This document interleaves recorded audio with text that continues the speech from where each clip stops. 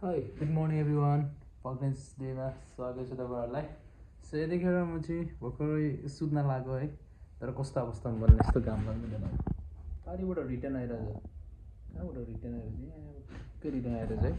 So मेरो फ्रन्टबाट camera भएकोले अलिकति राम्रो देख्दैन, तर आउँदा चाहिँ त्यो पारिबाट आइरहेछ, त्यो बिल्डिङबाट ठोकेर यहाँ टक्क आइरहेछ है। यो सुत्ने यस्तो सुत्ने आएछ के गर्नु है विदेशमा।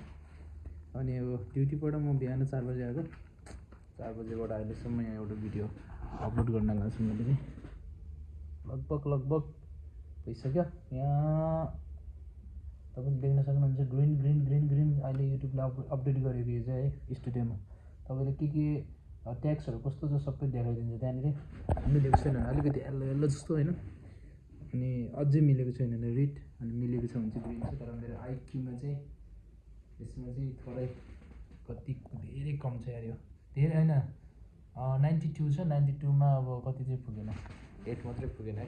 सो त्यसमा के थपेर बनाउनु पर्ने थाहा छैन। अनि म अपलोड गर्दैछु, त्यसको टाइटलको नाम चाहिँ नेपाली ब्लग लाइफ, यो village life husband and wife. यो चाहिँ धेरै वर्ष पहिले म र मेरो बुढी गाउँमा जाँदाखेरि बनाएको भिडियो थियो, त्यसलाई फेरि अपलोड गर्न लाग्यो। अहिले ल्यापटप हेर्दै थियो अनि त्यहाँ ठ्याक्कै भेटेँ क्या।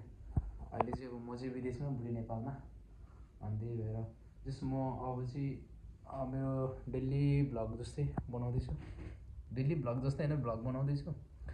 अनि कस्तो हुन्छ होइन विदेशको बसाइ के कस्तो छ, सो त्यसको बारेमा टक्क इन्फर्मेसन जस्तो पनि हुन्छ। अनि आफ्नो लाइफको कुराहरूलाई रेकर्ड गरे जस्तो नि हुन्छ।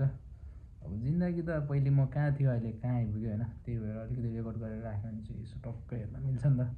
मेमोरीमा राखेर फाइदै छैन, बरु यसो युट्युबतिर राख्यो भने चाहिँ पोसिबिलिटी छ गाइज। खानासाना खाइसक्यो।